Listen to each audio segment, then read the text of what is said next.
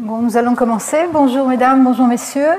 Alors aujourd'hui c'est mon dernier cours et je dois couvrir toute la question du champ magnétique et de la dynamique du noyau en 1h30, donc ça va être un peu difficile. Je vais être obligée de raccourcir un peu. Enfin, j'espère que ça va quand même aller. Donc je vais aller assez rapidement sur l'aspect historique pour passer sur des questions un peu plus d'actualité. Alors, on a coutume d'attribuer à William Gilbert, pour son traité démagnété, donc en 1600, le premier traité cohérent sur le magnétisme terrestre. Dans ce traité, il assimile la Terre à un grand aimant et il explique que cet aimant permet d'expliquer le comportement de la boussole en différents points de la Terre, donc les orientations du pôle nord de la boussole et du pôle sud de la boussole. Ensuite, il y a eu des contributions nombreuses, donc pendant un demi-millénaire. Edmund Halley explique la variation avec le temps du champ magnétique. Il remarque que ce champ dérive vers l'ouest, ce qu'on appelle la variation séculaire. Et il propose, chose remarquable pour son temps, que le champ magnétique a son origine près du centre de la Terre, dans ce qu'il appelle une cavité caverneuse remplie de fluide. Et il propose que la rotation du noyau est plus lente que celle de la croûte solide pour expliquer la dérive vers l'ouest. Donc ça, il était très en avance sur son temps. Et il a déjà donc pressenti l'existence d'une graine solide sphérique où serait engendré le champ magnétique. Malheureusement, ça a été oublié pendant un certain temps, donc pendant plusieurs siècles en fait, avant de revenir à ce genre d'explication. Alors, il y a deux façons pour engendrer le champ magnétique. L'un, c'est un aimant permanent, comme celui qui est représenté ici. Mais donc au XVIIIe siècle, on savait déjà que les roches terrestres perdaient leur aimantation permanente à partir d'une certaine température, qui est la température du point Curie, et que ceci se passe donc à quelques dizaines de kilomètres de profondeur, disons plutôt au XIXe siècle, dans la Terre, puisque la température, on avait remarqué que la température augmentait rapidement avec la profondeur. Donc il fallait trouver une autre explication. Donc l'autre explication, c'est la possibilité d'engendrer un champ magnétique par un écoulement de courant électrique. Le premier modèle quantitatif de la Terre, basé sur les données astronomiques et géodésiques, on le doit à Emil Wiechert, qui était en fait, j'en ai déjà parlé, a contribué énormément à l'instrumentation sismique et à la modélisation donc, de la Terre. Et donc lui a proposé qu'il y avait un manteau rocheux autour d'un noyau métallique liquide, et s'en est suivi toute une série d'études donc, produisant les premiers modèles sismiques de la Terre dont je vous ai déjà parlé. Pour ce qui est de l'origine du champ magnétique, il faut bien sûr citer Carl Friedrich Gauss, qu'on appelle le père du géomagnétisme. Il attribuait cependant la variation séculaire à la solidification de la croûte. Bon, maintenant, la solidification de la croûte, on sait qu'elle joue un rôle, enfin, qu'il y a une relation avec les anomalies magnétiques, on en parlera. Johann Zollner, donc un peu plus tard,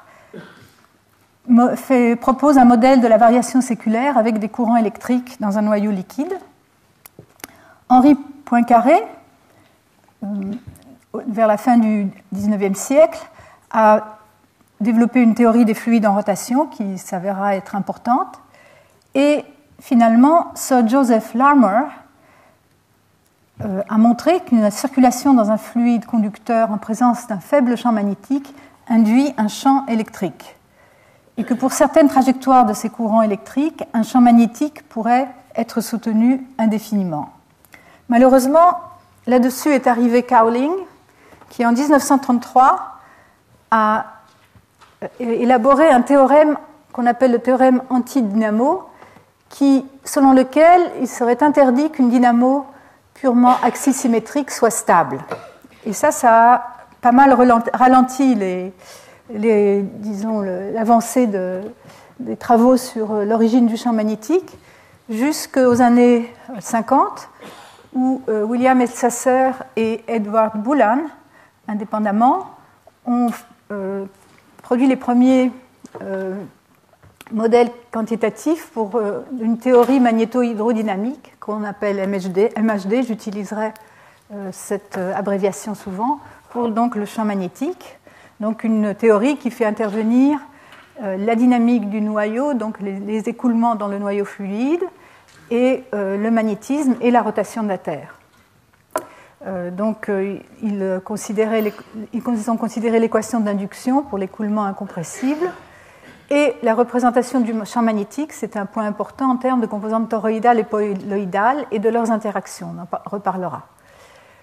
Ils ont proposé que c'est la convection dans le noyau liquide, donc, qui est la source principale d'énergie cinétique, et explique la dérive vers l'ouest du champ magnétique par conservation du moment cinétique et interaction entre le noyau et le manteau.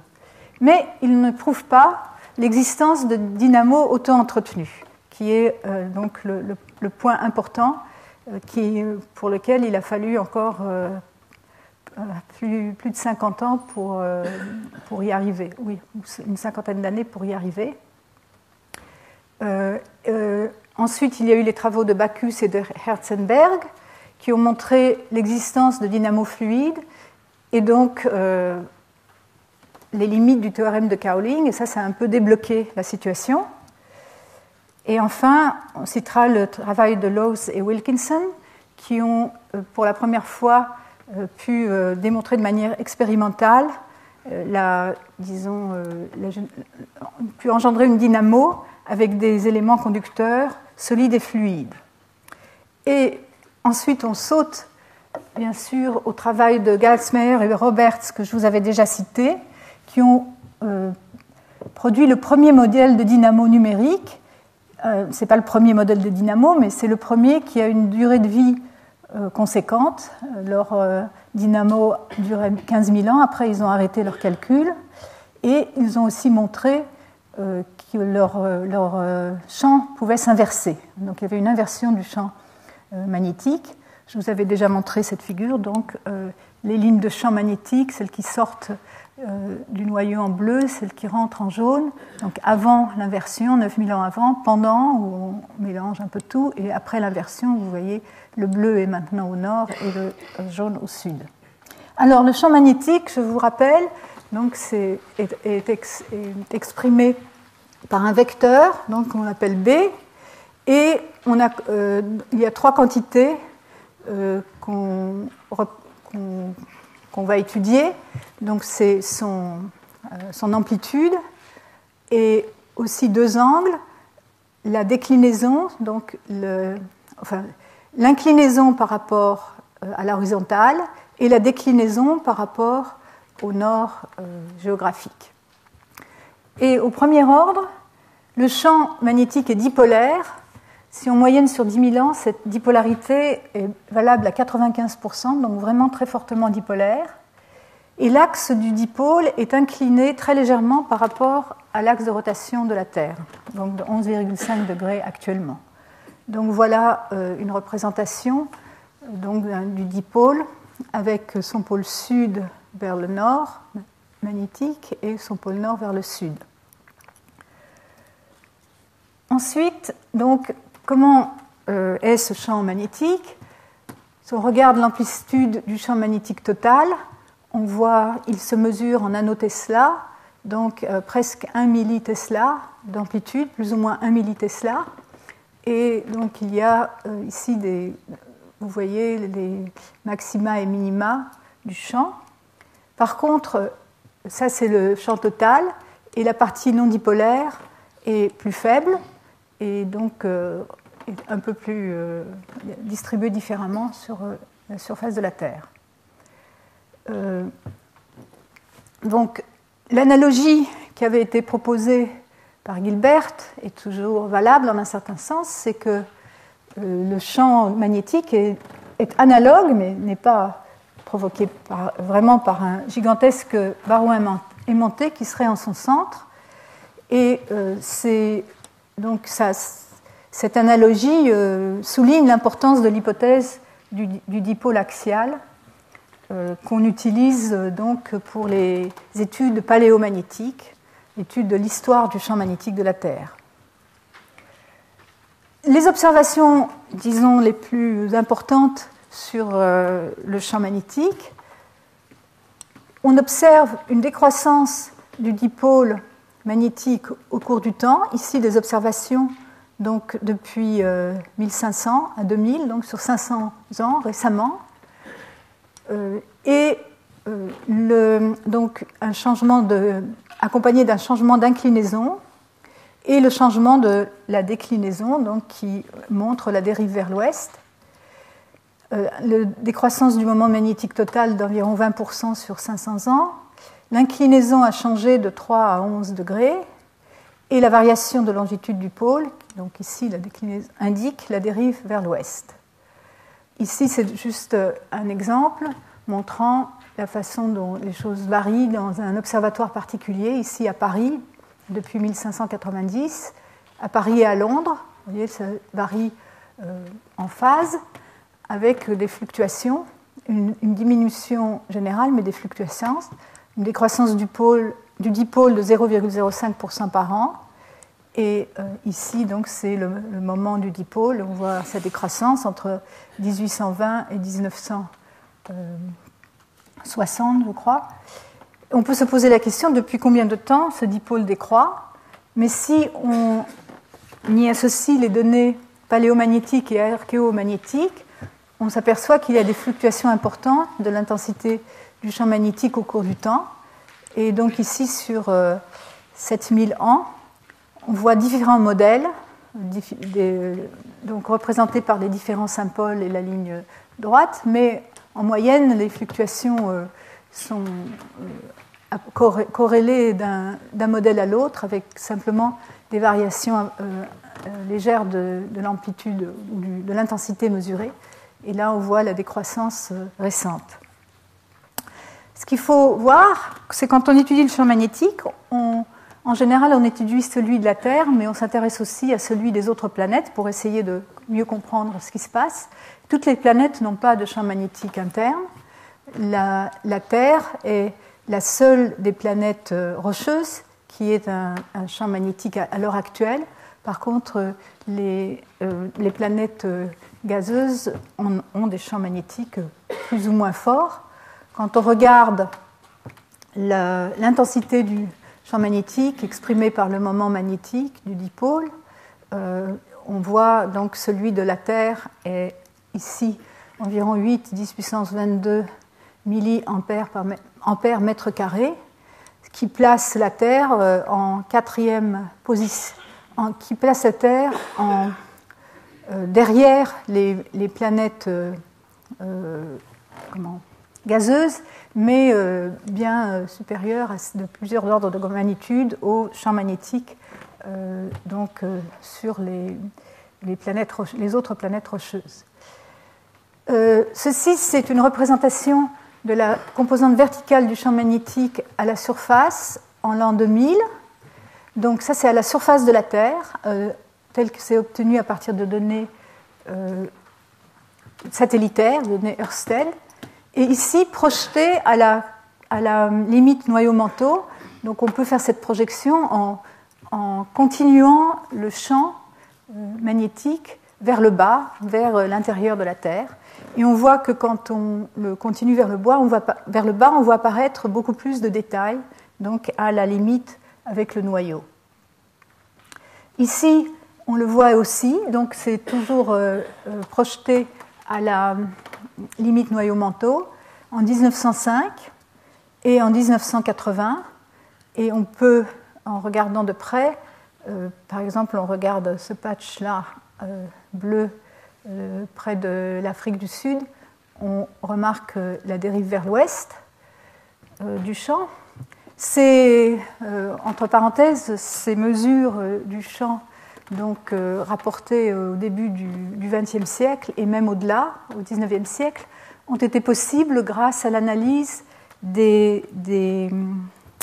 archives des bateaux qui ont traversé l'Atlantique donc, au XIXe siècle et qui ont gardé des mesures précises sur l'orientation, enfin les trajets de bateaux. Et il y a eu un travail remarquable de Jackson et Bloxham dans les années 80 qui ont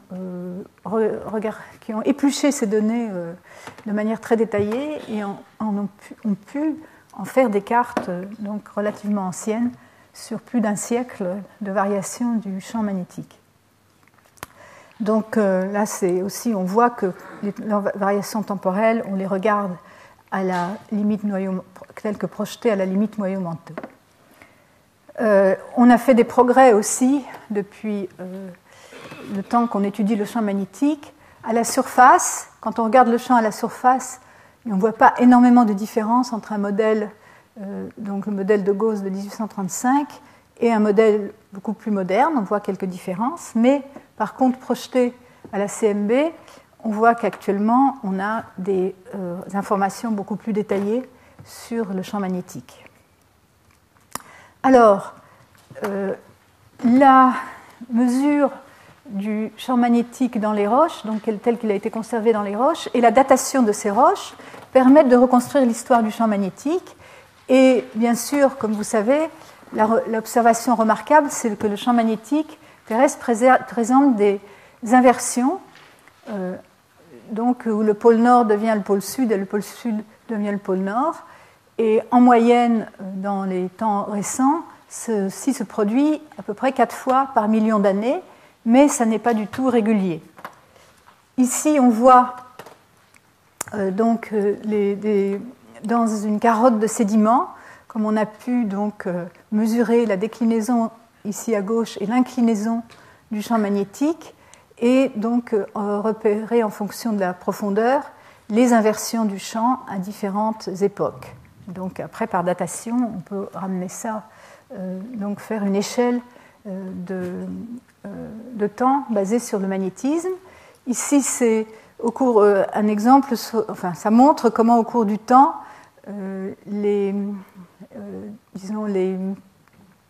ces déterminations sont devenues de plus en plus précises, et donc on a pu construire une échelle assez détaillée des inversions du champ, et donc construire une échelle de temps à partir de là. Donc ici, c'est encore une représentation. Donc I0, c'est le temps actuel. On retourne ici en millions d'années jusqu'à 160 millions d'années avant l'ère actuelle.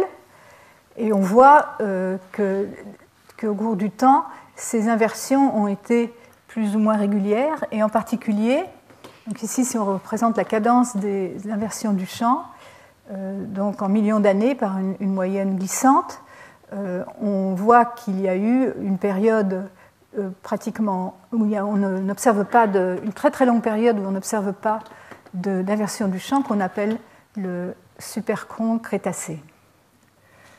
Ces inversions du champ, j'anticipe sur la suite, on arrive maintenant à les observer par des modèles numériques.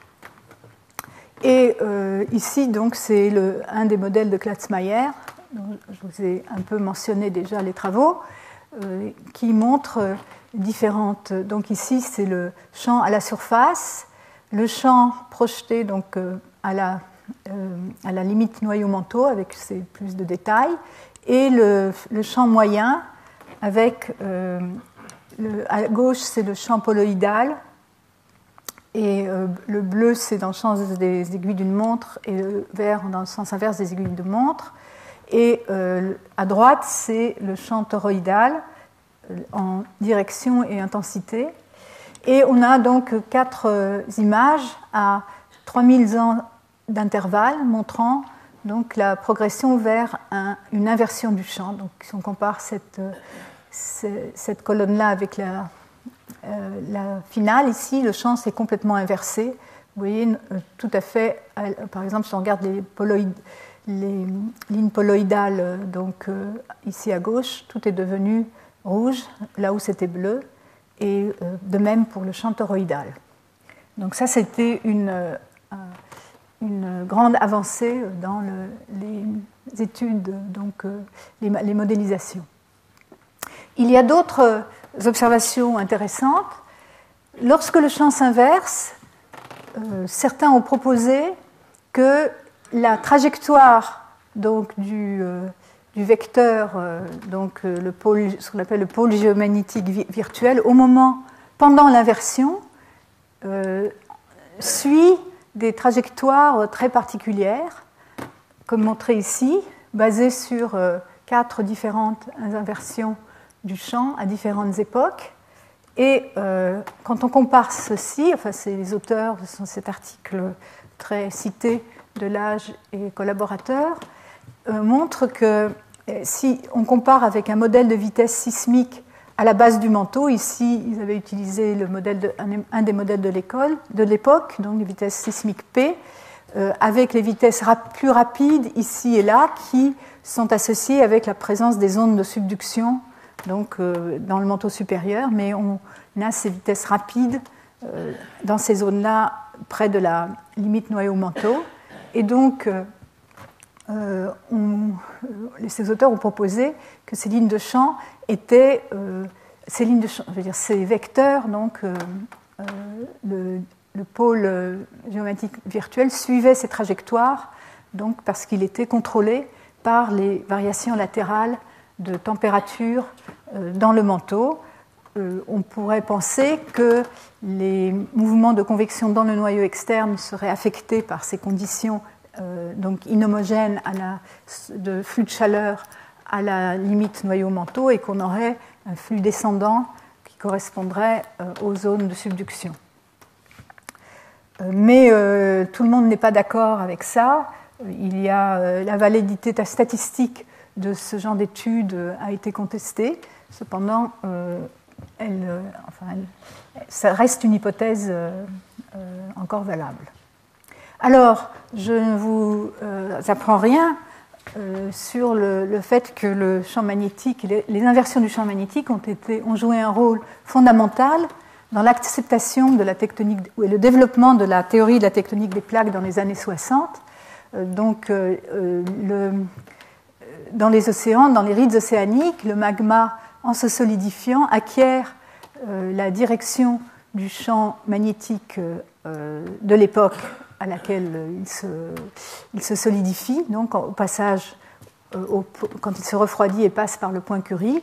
Et donc, quand les plaques se séparent, la croûte nouvelle se forme, on observe des bandes d'anomalies magnétiques qui donc enregistrent les inversions du champ et aussi donc la vitesse de séparation des plaques.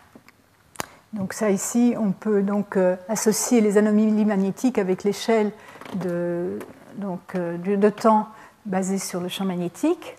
Et ici, je cite le travail de Le Pichon et Reitzler. Le Pichon était mon prédécesseur au Collège de France, où ils avaient calculé les vitesses de déplacement des plaques à partir des anomalies magnétiques. Ici, c'est l'axe de la ride, et donc on voit la symétrie par rapport à la ride et les diverses inversions du champ correspondantes. Et bien sûr, ensuite, donc, au niveau global, on a pu établir une carte de l'âge des fonds marins, donc dans tous les océans. On voit bien ici, en particulier, que les fonds océaniques, l'âge maximum des fonds océaniques est de l'ordre de 180 à 200 millions d'années. Les fonds océaniques sont recyclés dans le manteau, et ceci donc, est très bien daté grâce aux anomalies magnétiques. Mais revenons aux caractéristiques du champ magnétique. Il y a des inversions, mais il y a aussi des inversions ratées, ce qu'on appelle des excursions. Et il y en a d'assez nombreuses. Donc, c'est des moments où le champ diminue d'intensité, mais ne s'annule pas complètement. Et donc, ici, on voit sur 800 000 années un certain nombre d'inversions ratées, d'excursions du champ magnétique. comme ceci, qui portent chacune un nom. Et ceci, c'est aussi observé à l'heure actuelle dans les modèles de dynamo, les modèles numériques de dynamo, comme celui-ci, c'est toujours le même, de celui de Glatzmayer de 1999. Et ils observent ici, donc ça c'est la latitude du pôle et le moment dipolaire. Donc on voit des inversions, mais ici on voit des inversions pas tout à fait complètes. Et donc en regardant dans leur modèle, ils ont vu que pour ces excursions, donc ces inversions non complétées, en fait, le champ magnétique, la polarité du champ magnétique s'est inversée près de la surface du noyau, mais est restée dans le même, ne s'est pas inversée près de la graine. Donc c'est une distinction importante avec les inversions complètes. Et puis enfin, il y a les jerks magnétiques, les sauts magnétiques, qui sont des sauts en fait, dans la dérivée seconde du champ magnétique, ici de la composante Y, qu'on observe assez fréquemment, tous les environ 10 ans depuis 1970. La première fois, ça a été observé ici à l'Institut de physique du globe par Vincent Courtillot et ses collaborateurs. Et maintenant, on est capable de suivre l'existence de ces sauts, donc qui ont un nom très particulier en anglais et pas aussi expressif en français, mais jusqu'à présent, on ne sait pas d'où ils proviennent.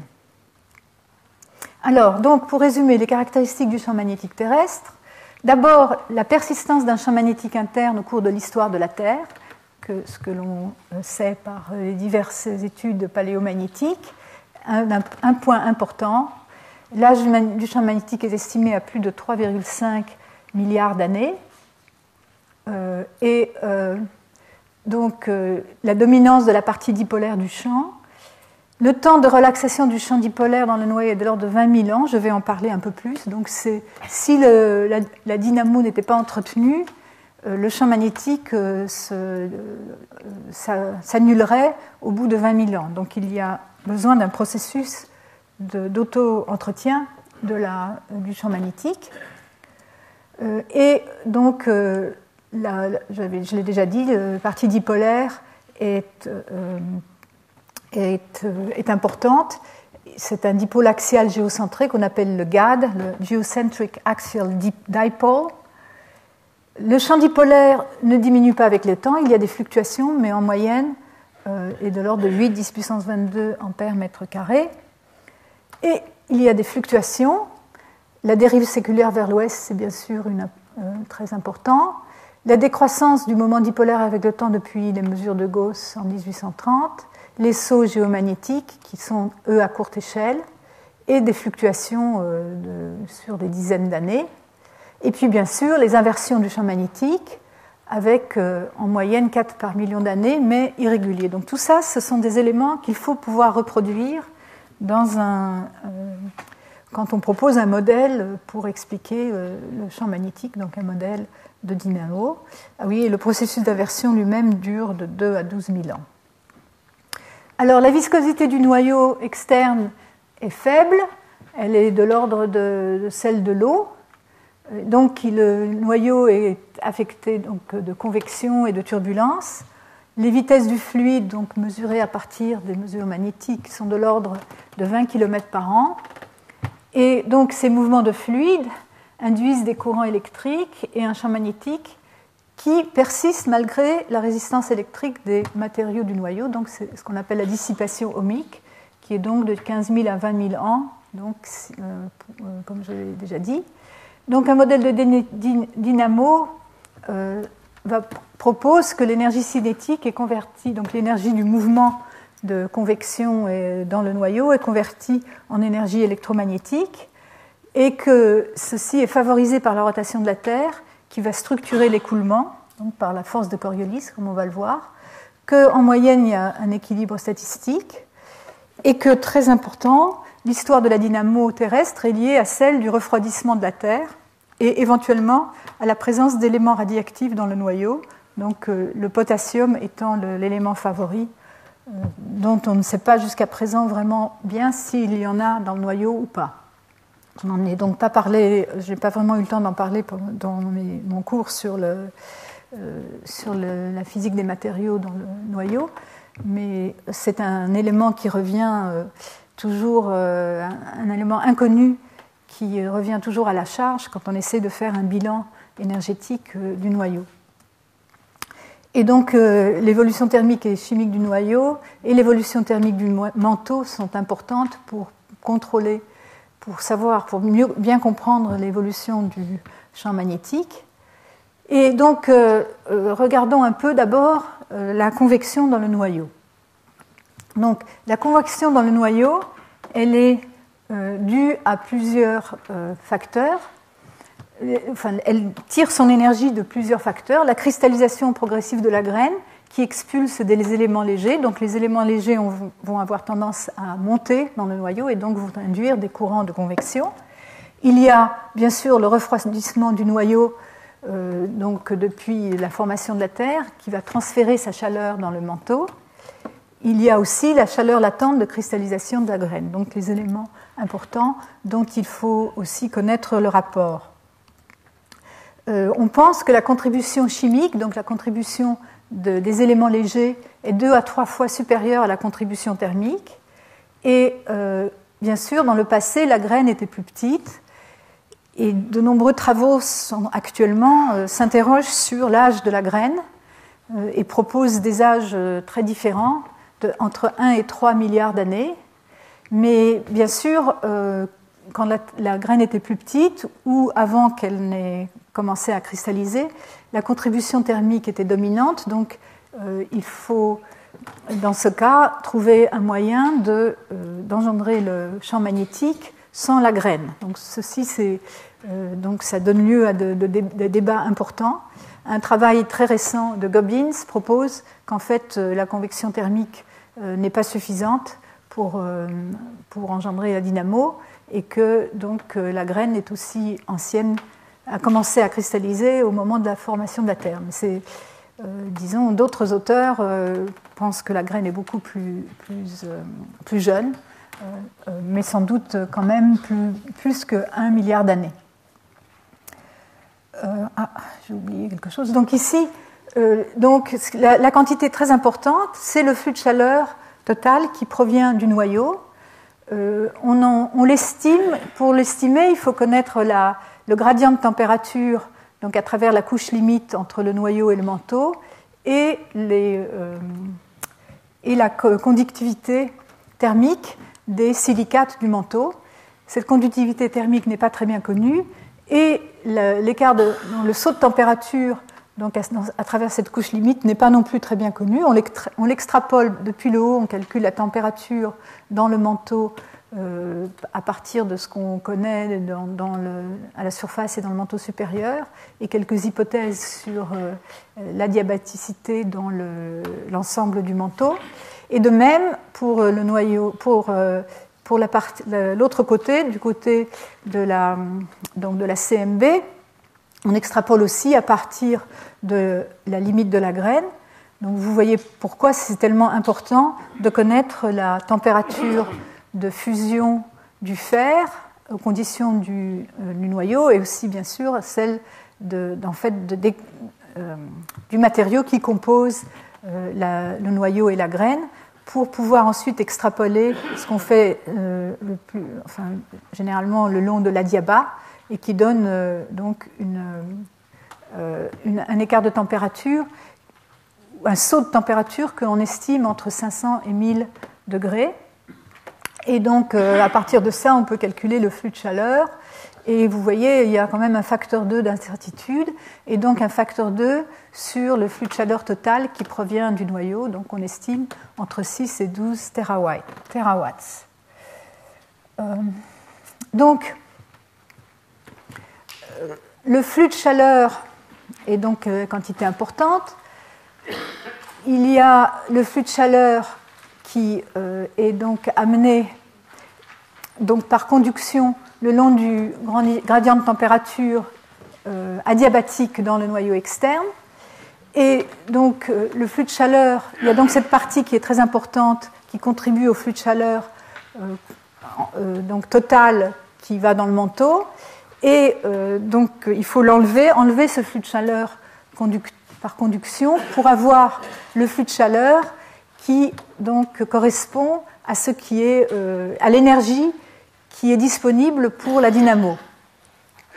Mais donc même si le flux de chaleur à la CMB est inférieur à ce flux de chaleur conductif, grâce au fait qu'on a la graine et qu'il y a la chaleur latente et le flux d'éléments légers à partir de la graine, on peut montrer que la dynamo peut être engendrée. Il suffit d'environ 1 terawatt. Donc les calculs montrent qu'il suffit d'1 terawatt pour pouvoir avoir une dynamo. Et donc par comparaison avec d'autres planètes, une des explications pour lesquelles Mars et Vénus n'ont pas de champ magnétique significatif à l'heure actuelle, c'est que le flux de chaleur est inférieur au flux conductif et il n'y a pas, et sans doute inférieur au flux conductif et le long de l'adiabat, donc dans le noyau, et qu'il n'y a pas de graines dans ces deux planètes. Et donc par contre, dans le passé, on pense que Mars avait une dynamo. Il y a des observations en support de cette hypothèse, et donc dans le passé, les flux de chaleur donc, entre le noyau et le manteau étaient supérieurs au flux de chaleur conductif. Et donc la dynamo se serait arrêtée lorsque ce flux de chaleur qui diminue avec le temps au cours du refroidissement de la planète était devenu inférieur au flux de chaleur conductif. Alors, un mot sur l'effet du manteau. L'effet du manteau est très important parce que le manteau a une masse thermique qui est plus importante que le noyau. Le manteau ne dégage pas la chaleur aussi facilement que le noyau, il est plus visqueux. Les propriétés des silicates sont différentes. Et donc, c'est le manteau qui contrôle les constantes de temps de la convection dans le noyau. Donc on a dit que le flux de chaleur est estimé entre 6 et 14, j'avais mis 6 à 12 terawatts, c'est dans la diapo précédente. Ceci représente entre 15 et 35% du flux de chaleur à la surface de la Terre qui est estimé à environ 44 terawatts. Et donc une partie de ce flux de chaleur, comme je l'ai dit, provient de la conduction le long de l'adiabat, donc environ 4 terawatts. Donc il reste, suivant les estimations, entre 2 et 10 terawatts pour faire fonctionner la dynamo. Et donc, ce qui en principe est suffisant, il faut noter que les variations latérales de structure à la base du manteau vont jouer un rôle important. Et donc, parce que le flux de chaleur va en fait varier latéralement à la CMB, ce qui va donc provoquer des conditions hétérogènes sur le flux de chaleur du côté du noyau. Donc je vous rappelle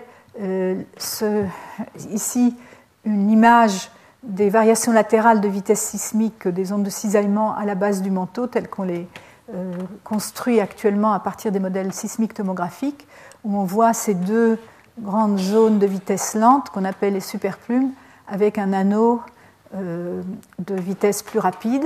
Donc elles sont à peu près équatoriales et on voit ici que ceci, donc sans doute des courants chauds qui montent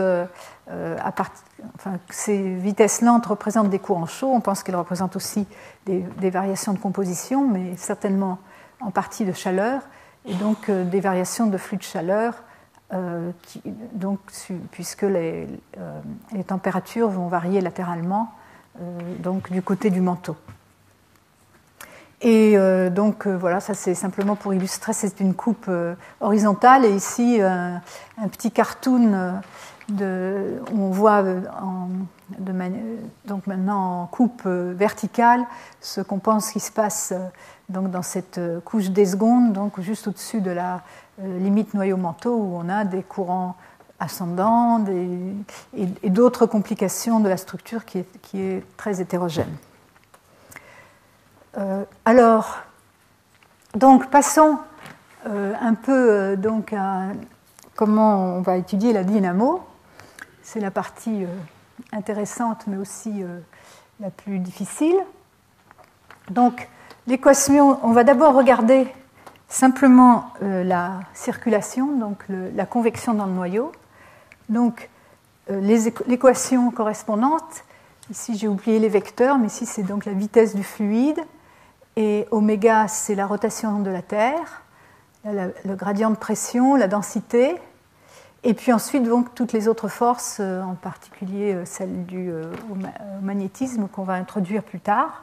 L'important, c'est les ordres de grandeur. Dans le noyau, une longueur caractéristique, c'est de l'ordre de 3000 km. La vitesse d'écoulement, c'est 20 km par an, donc 10 puissance moins 4 mètres par seconde. Et l'autre quantité importante, c'est la viscosité, qui est ici, difficile de distinguer les deux, qui est de l'ordre de 10 puissance moins 6 mètres carrés par seconde. Alors, donc on regarde les ordres de grandeur de ces termes. On voit que celui-ci, qui est en termes de grandeur, est proportionnel à V2 sur L, donc de l'ordre de 10 puissance moins 14, si on utilise ces estimations-là. Par contre, le terme ici, qui est le terme dû à la force de Coriolis, lui est de l'ordre de 3 10 puissance moins 8, et au contraire, ce terme ci, lui, est beaucoup plus petit. Donc, au premier ordre, c'est vraiment c'est dominé par la force de Coriolis, et on va pouvoir, au premier ordre, écrire que d'un côté, la force de Coriolis est à peu près égale à gradient de la pression divisé par la densité. Et donc c'est ce qu'on appelle l'écoulement géostrophique. Et c'est à partir de cet écoulement géostrophique, on peut invoquer le théorème de Proudman-Taylor, ou on peut démontrer le théorème de Proudman-Taylor. Si on prend le rotationnel des deux côtés de cette équation, on voit que ce rotationnel va être égal à 0, et donc que mais comme le rotationnel, comme le terme de gauche ici peut s'écrire de cette façon-ci, également de cette façon-ci, que oméga, donc l'axe de rotation de la Terre, est dirigé selon l'axe des Z, que ce terme-ci s'annule parce que la divergence de la vitesse s'annule à cause des lois de conservation, et donc ça implique que oméga, que ce terme-ci est nul. On reprend ce terme-là est nul, celui-ci est nul, donc celui-là est nul aussi. Et donc en évaluant le gradient, on va obtenir que la vitesse le long de l'axe Z est nulle, et aussi que les composantes des vitesses le long des axes X et Y, donc les axes perpendiculaires à l'axe de rotation, ne dépendent pas de Z. Et donc on va avoir une circulation très particulière avec des colonnes, ce qu'on appelle une vorticité axiale. Donc voici la géométrie de la convection du noyau, très fortement affectée par la rotation de la Terre. Donc il y a la gravité, la rotation de la Terre, et donc ici c'est un exemple de simulation qui montre l'apparition de ces colonnes de Taylor où donc les mouvements sont à l'intérieur de ces colonnes avec pratiquement pas de dépendance le long de l'axe de rotation de la Terre. Et ce théorème de Proudman-Taylor dit que l'axe local de vorticité s'aligne avec l'axe de rotation, donc cet écoulement en colonne que je viens de vous montrer, avec encore une fois une jolie représentation artistique. Et alors, ce qui est important, donc, quand on va introduire le champ magnétique, c'est que la force de Lorentz, qu'on appelle la force de Laplace en France, et du champ magnétique dans le noyau va déformer ces colonnes dans le plan équatorial.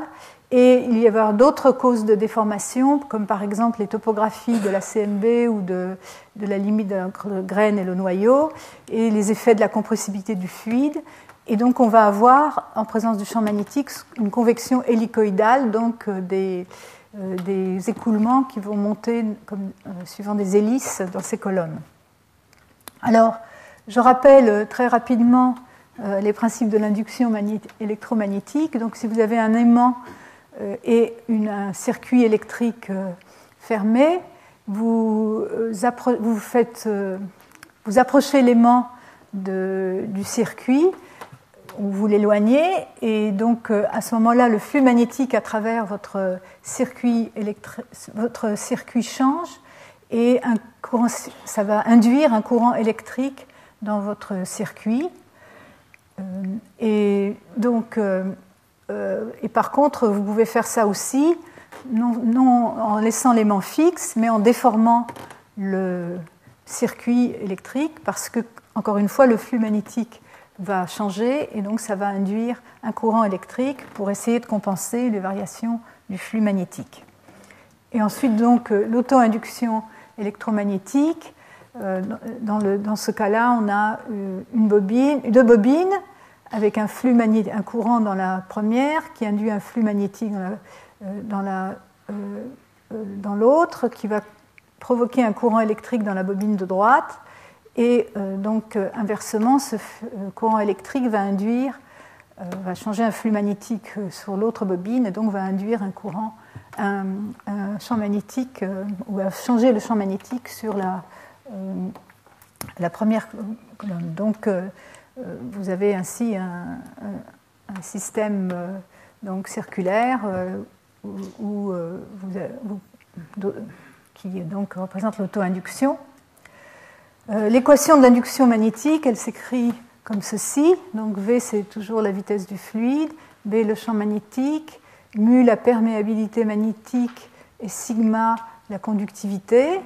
Donc ce premier terme, c'est l'interaction entre le champ magnétique et le conducteur en mouvement, et donc qui va causer l'accroissement ou la diminution du champ magnétique par induction.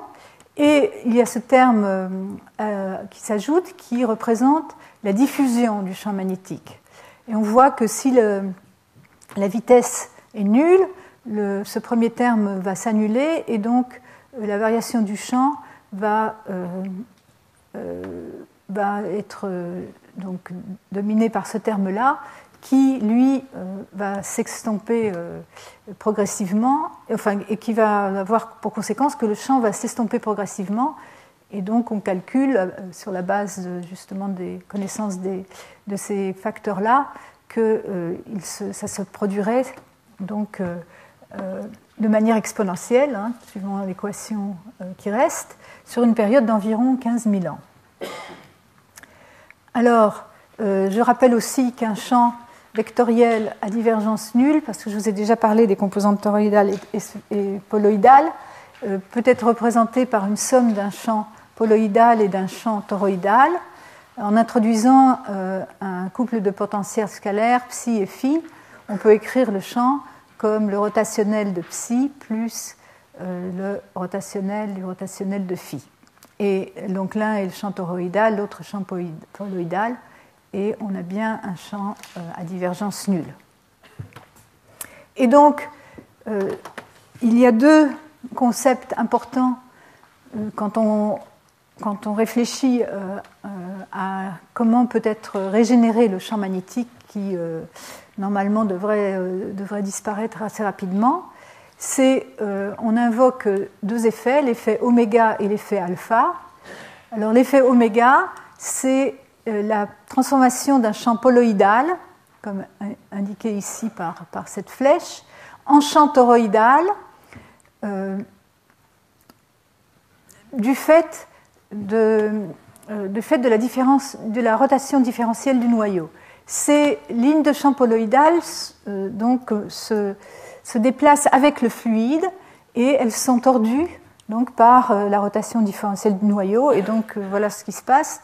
Donc schématiquement, la ligne de champ est tordue par la rotation et au bout d'un certain temps, ça va s'enrouler et va provoquer donc, créer un champ toroïdal.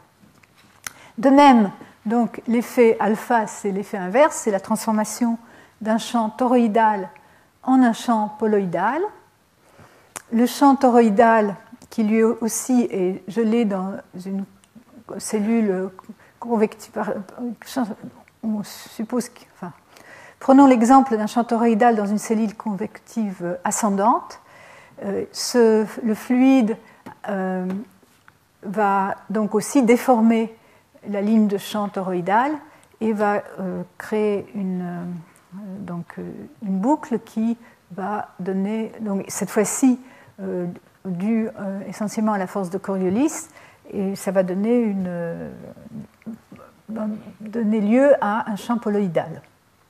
Donc, les dynamos qui ont été considérés, qui sont considérés, on y réfère souvent comme sous le nom de alpha, dynamo alpha-oméga, où il y a, suivant les modèles, plus d'effet alpha ou plus d'effet oméga. Mais l'important, c'est donc que pour que le champ magnétique demeure en continu, ne s'annule pas, le taux de génération du champ par le mécanisme invoqué doit être égal au taux de sa diffusion, égal au taux de la diffusion. Sinon, le champ va s'accroître ou diminuer. Et donc, bien sûr, en pratique, c'est ce qui se passe. On a des fluctuations, mais malgré tout, les taux de génération restent en moyenne égaux au taux de diffusion. Alors, les premières modélisations qui ont été faites dans les années 70 et 80, ce sont des modélisations cinématiques, donc où on impose l'écoulement et on regarde quel champ magnétique en est produit. Et on a pu comme ça modéliser les inversions du champ dipolaire, donc des modélisations à deux dimensions axisymétriques. Oui, donc dans ces modèles, on imposait l'écoulement et on calculait la moyenne longitudinale du champ magnétique. Donc ce sont les premiers modèles qui ont été élaborés, mais ces modèles, on peut comprendre un certain nombre d'aspects du champ magnétique ou de la génération du champ magnétique, mais elles ont quand même un problème, c'est qu'elles ne permettent pas de reconstruire la dynamique. Donc quel est l'écoulement qui provoque le champ magnétique. Et c'est bien sûr, et c'est là qu'il a fallu attendre qu'on puisse résoudre de manière complète les équations non linéaires à 3 dimensions en géométrie sphérique, dans un fluide en rotation, dans une cavité sphérique avec une graine. Donc ça, encore une fois, l'étude de Glatzmayer et Roberts a été la première à le faire de manière avec succès, disons. Donc ces équations, elles représentent un certain nombre disons, la physique de ces équations représente la conservation de la masse et du moment angulaire, la conservation de l'énergie, la conservation du flux magnétique et l'induction magnétique. Et donc, dans cette géométrie donc sphérique, avec une graine, la gravité, la rotation de la Terre, il faut résoudre les équations couplées de la convection thermique ou compositionnelle, et de l'induction magnétique, donc dans une cavité sphérique remplie de conducteurs en rotation. Ces modèles ont beaucoup évolué depuis 1995, grâce en particulier à la puissance des ordinateurs, on y revient encore une fois. Ils arrivent maintenant à reproduire la morphologie et la magnitude, l'intensité du champ magnétique, la variation circulaire et les inversions dans le cas de la Terre. Dans le cas des autres planètes, il y a encore quelques questions, parce qu'il n'est toujours pas possible de vraiment explorer tout le champ des valeurs de tous les paramètres importants dans le problème. Alors, regardons rapidement ces équations. Donc, ici, l'équation de la convection, avec maintenant les termes additionnels dus au champ magnétique. donc avec les différents termes qui représentent l'inertie, la force de Coriolis, le gradient de pression, la viscosité, ce terme-ci, la flottabilité, et donc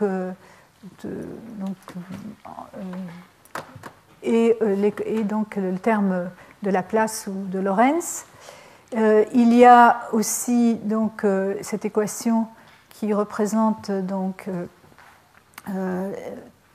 les variations de la température par des termes d'advection et de diffusion, et finalement donc l'équation de l'induction, donc avec un terme d'advection, un terme d'induction et un terme de diffusion qu'on a déjà vu. Donc U, c'est les vitesses de l'écoulement, B, c'est le champ magnétique, et on voit apparaître ici des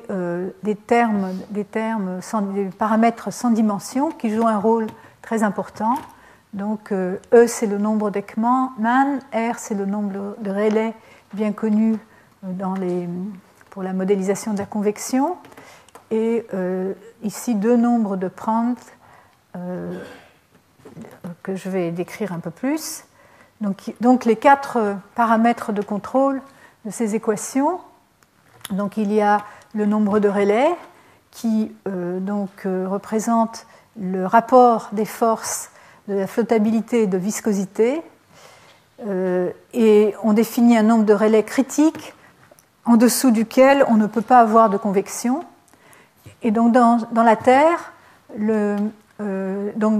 c'est-à-dire dans le noyau, le nombre de Rayleigh est bien supérieur au nombre de Rayleigh critique, donc la convection est vigoureuse. Le nombre d'Ekman, qui représente le rapport des forces de viscosité et de la force de Coriolis, il est très petit dans la Terre, 10 puissance moins 14, donc c'est très dominé par la force de Coriolis. Et ensuite, le nombre de Prandtl, qui représente le rapport entre la viscosité et la diffusion thermique, qui est de l'ordre de 0,1 à 1 dans la Terre, et le nombre de Prandtl magnétique, qui représente le rapport de viscosité et de la diffusion magnétique, qui est de l'ordre de 10 puissance moins 6. Alors ceci, ce sont les valeurs estimées pour la Terre, et ça, ce sont les valeurs qui sont à l'heure actuelle possibles dans les modèles numériques. Et on voit qu'on a du mal à atteindre des nombres de Rayleigh aussi importants que dans la Terre. Et par contre, pour le nombre de Prandtl, ce n'est pas trop un problème.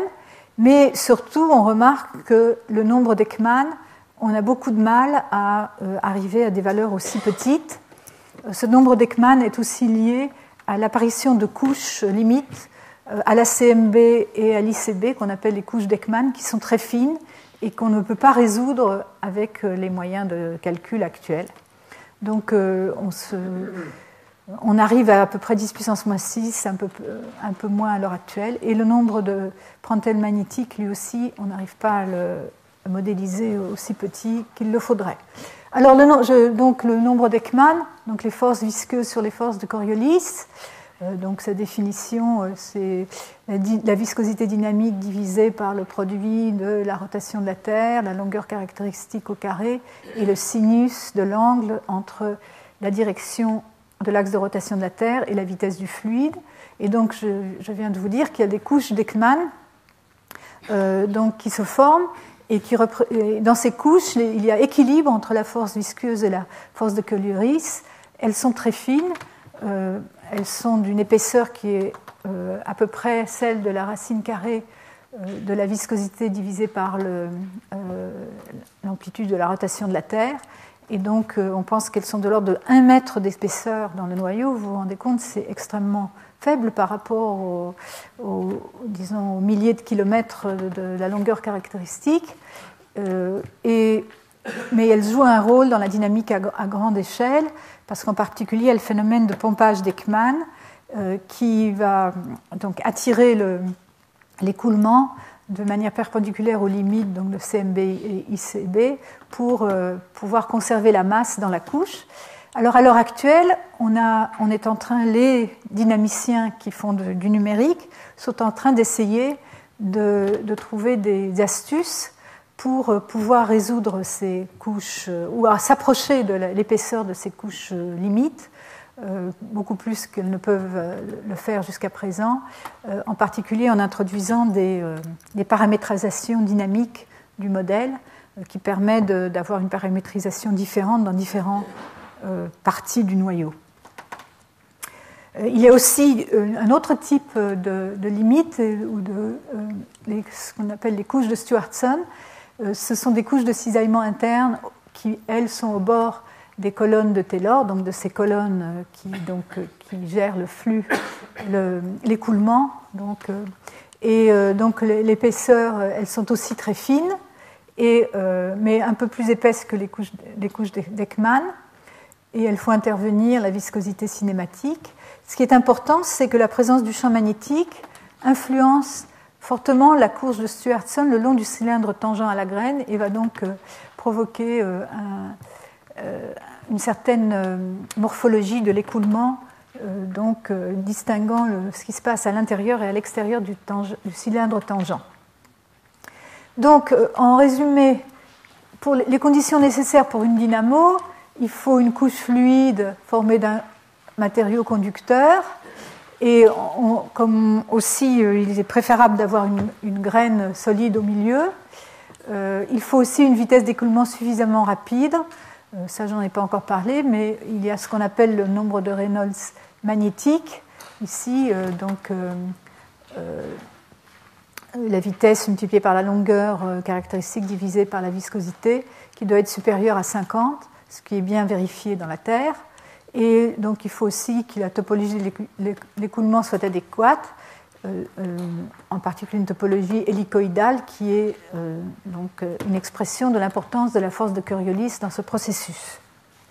Et donc, voilà, ça c'est une illustration des noyaux, ce qu'on trouve dans les noyaux d'autres planètes telles que Jupiter et Uranus.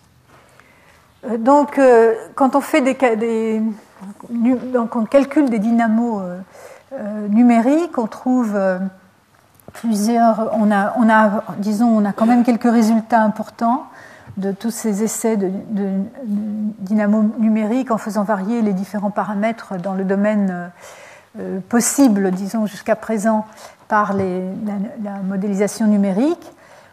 On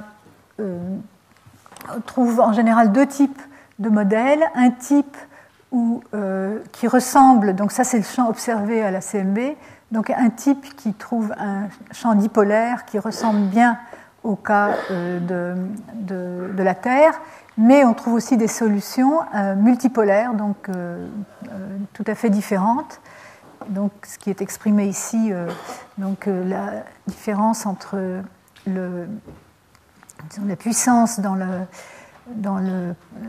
chaque, disons, ça c'est la longueur d'onde du dipôle, donc de la représentation à la surface de la Terre du dipôle, ou plutôt à la surface à la CMB, parce que tout ça c'est représenté à la CMB. Et donc ceci c'est le cas qui ressemble le plus à la Terre, mais on pourrait avoir d'autres cas. Une faute d'orthographe. On a appris aussi, grâce aux modélisations numériques, on a appris comment on pouvait faire varier la fréquence des inversions, qui est ce qu'on observe donc sur la Terre. On a pu faire récemment, vous voyez, c'est des résultats tout à fait récents, des simulations de dynamo sur une longueur de temps de plus de 200 millions d'années. En essayant de modéliser la fréquence des inversions qui sont donc sur la Terre de l'ordre de 100 000 ans, sur une échelle de temps de 100 000 ans. Il y a environ 2 à 3 inversions par million d'années récemment, mais pendant des dizaines de millions d'années, pendant le superconde Crétacé, il n'y avait pas d'inversion du tout, donc il faut pouvoir comprendre pourquoi ça se produit. Et donc 100 millions d'années, c'est quelque chose de beaucoup trop long pour n'importe quel paramètre de la convection du noyau. Par contre, c'est dans le bon ordre de grandeur pour le manteau. Donc on pense que ces variations dans la fréquence des inversions est donc contrôlés par le manteau, et c'est effectivement ce qui a été trouvé dans ces modélisations. Ils ont donc mis dans leur modèle une variation du flux de chaleur à la CMB, à l'ICB. Ils l'ont augmenté, puis diminué, donc avec un maximum autour de 100 millions d'années. Et ils ont donc observé que la fréquence des inversions du champ a aussi donc, fluctué en fonction donc, des conditions donc, imposées sur le flux de chaleur. Et donc on voit ici, bon, ça c'est sur 200 millions d'années, et ici en plus grand, on voit les inversions donc plus rapides lorsque le flux de chaleur est plus faible, et qui deviennent moins fréquentes lorsque le flux de chaleur est plus fort. On a aussi appris on a pas mal de choses sur ce qui contrôle l'intensité du champ magnétique. Alors, bon, là, c'est un peu compliqué, cette figure, mais en fait, donc, les numériciens raisonnent maintenant en termes de loi d'échelle, hein, et donc, ils montrent ici ce qu'on a sur l'axe des X, c'est la puissance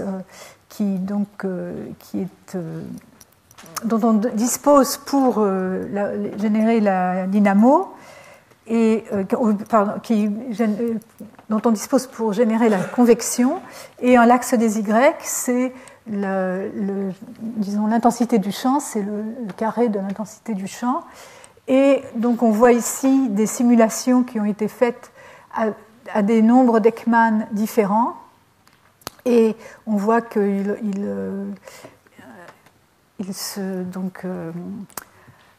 suivent une loi d'échelle assez simple, donc c'est des échelles logarithmiques, mais on voit que le cas de la Terre se trouve ici au milieu, et donc ça a permis, disons, tout ça leur a permis de trouver une loi d'échelle reliant l'énergie, reliant l'intensité du champ magnétique à l'énergie qui est accessible à la convection, ce qui est important pour pouvoir accéder à des quantités qu'on ne peut pas vraiment modéliser. C'est-à-dire, ici, on est encore loin d'un nombre d'Ekman de la Terre, mais grâce à ces lois d'échelle, on peut quand même déduire un certain nombre de propriétés du champ magnétique. Alors, actuellement, donc, tiens, quelque chose qui s'est... Attendez, je vais enlever ça, parce que c'est pas clair.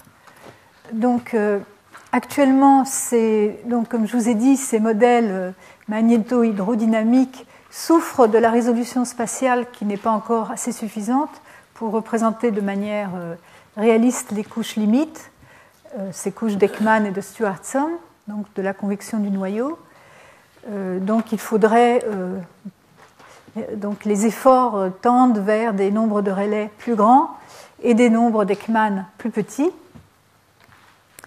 Les simulations les plus proches des conditions terrestres, donc je l'ai déjà dit, donc, sont calculées avec des nombres d'Ekman de l'ordre de 10 puissance moins 6 à 10 puissance moins 7, encore 7 ordres de magnitude trop éloignés de celui de la Terre.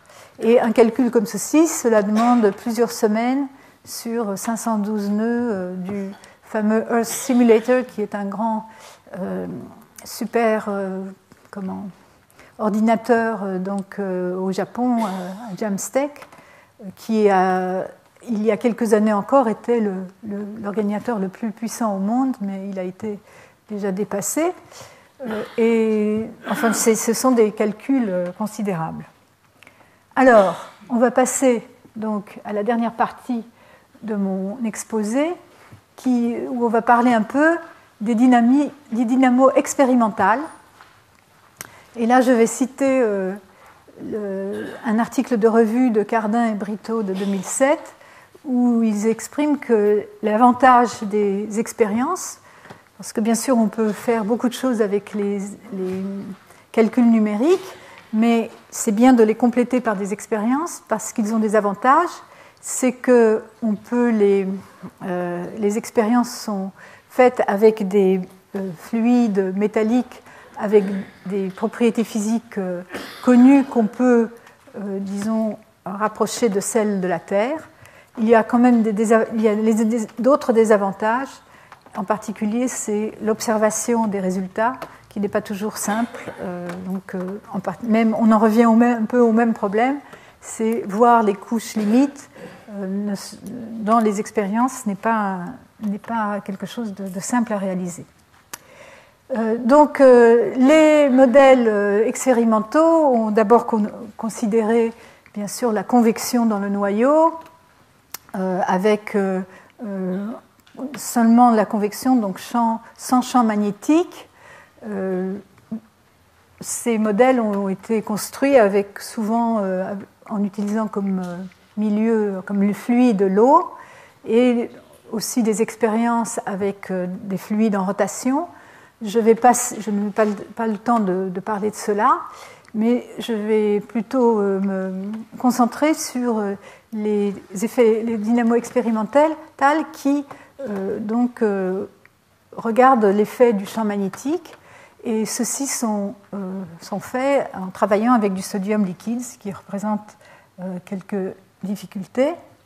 Et c'est en 2000, pour la première fois, il y a 2 expériences dans 2 endroits différents qui ont pu obtenir de cette manière-là, de manière expérimentale, un champ magnétique auto-entretenu. La dynamo, qu'on appelle la dynamo de Riga, qui a obtenu un champ magnétique oscillatoire auto-entretenu. Et donc le principe, ici c'est une photo du dispositif expérimental. C'est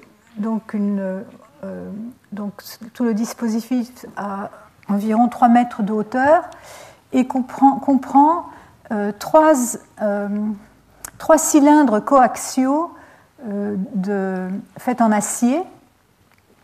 Donc ces cylindres qui ont 3 mètres de hauteur. Il y a du sodium liquide dans le cylindre interne qui est mis en mouvement il y a des moteurs ici à l'extérieur. Le fluide est mis en mouvement par une hélice ici, et donc on provoque un écoulement hélicoïdal à l'intérieur de ce cylindre qui lui est donc ramené vers le haut de manière linéaire dans le 2e cylindre ici, qui est très l'épaisseur ici n'est pas grande, c'est 43 cm. Et en plus, il y a dans le cylindre externe, il y a aussi du sodium. Ce sodium-là est au repos. Il est là pour augmenter le temps de diffusion magnétique. Et cette expérience a été mise au point pour vérifier certaines prédictions numériques, prédictions de dynamo cinématiques, et celles-ci ont été vérifiées. Ils arrivent à engendrer un champ de l'ordre de quelques millitesla, donc le bon ordre de grandeur. Et donc ici, on compare en fonction de la rotation, de la vitesse de rotation, parce que tout ça c'est en rotation, la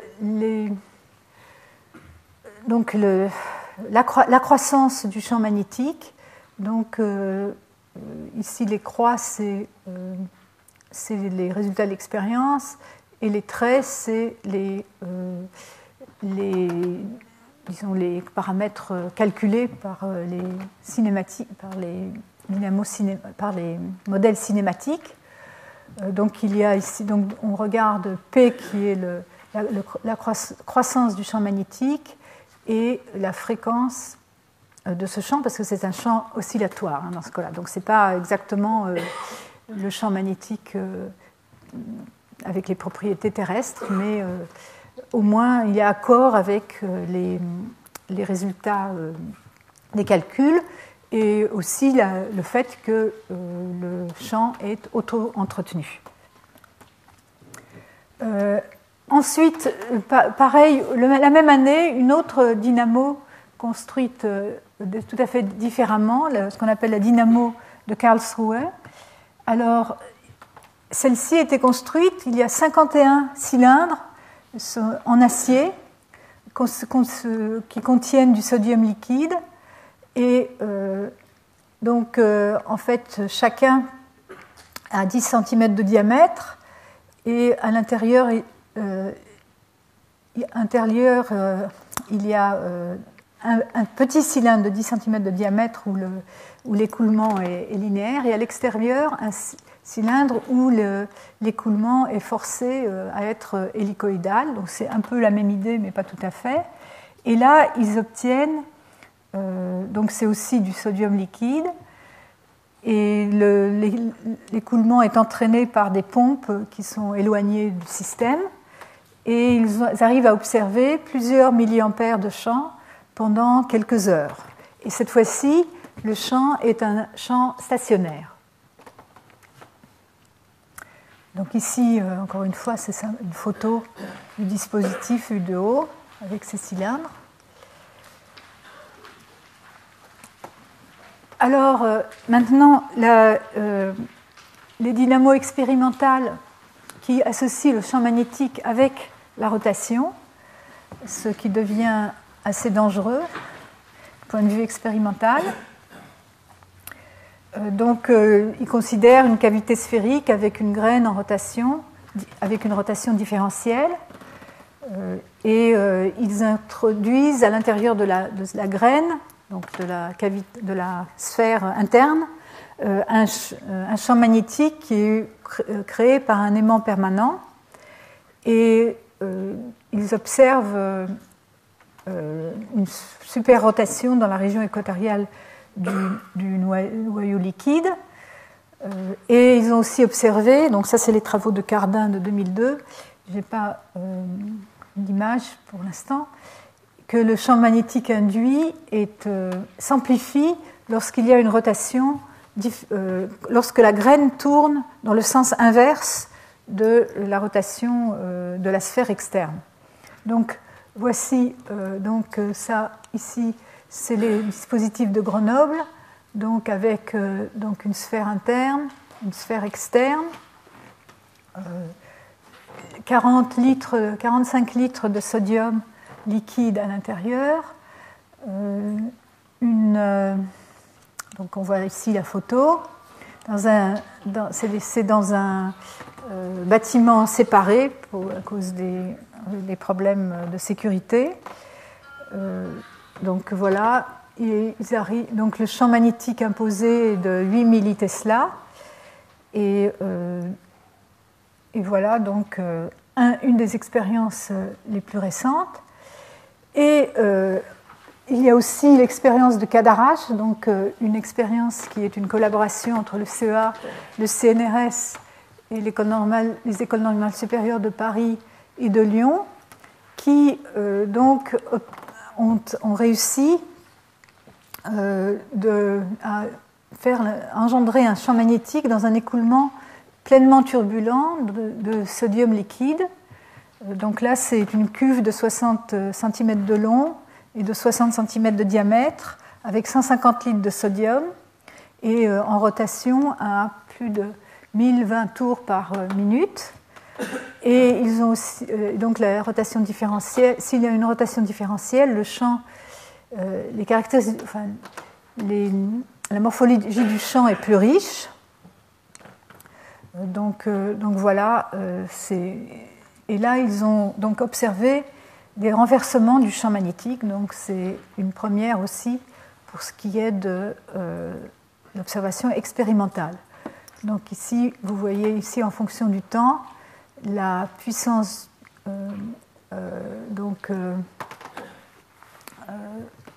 introduite et le champ magnétique produit par l'expérience avec ces inversions en fonction du temps. Donc voilà, je vais m'arrêter là. Je vais passer quelques moments pour conclure. Vous voyez qu'il y a donc à l'heure actuelle des progrès considérables dans l'étude de la dynamique du noyau, aussi bien du point de vue expérimental que du point de vue théorique. Le point de vue théorique, donc, rendu possible par les modèles numériques qui résoudent les équations complètes, les équations couplées donc de l'hydrodynamique et du magnétisme. Et on comprend en regardant ces études pourquoi il est très important de faire, pour pouvoir progresser, d'aussi connaître donc d'avoir les informations complémentaires sur donc la température à la limite graine noyau externe, sur les conditions de flux de chaleur à la CMB, qui toutes contrôlent donc le champ magnétique actuel, la génération du champ magnétique tel qu'il est actuellement, et aussi donc l'histoire, permet de reconstruire l'histoire du champ magnétique, et donc l'histoire thermique de la Terre est un élément important dont bien sûr on a des informations sur lesquelles on a des informations très incomplètes. Voilà, donc ceci conclut le cours, et si vous voulez me poser des questions, il reste quelques minutes. Voilà, merci.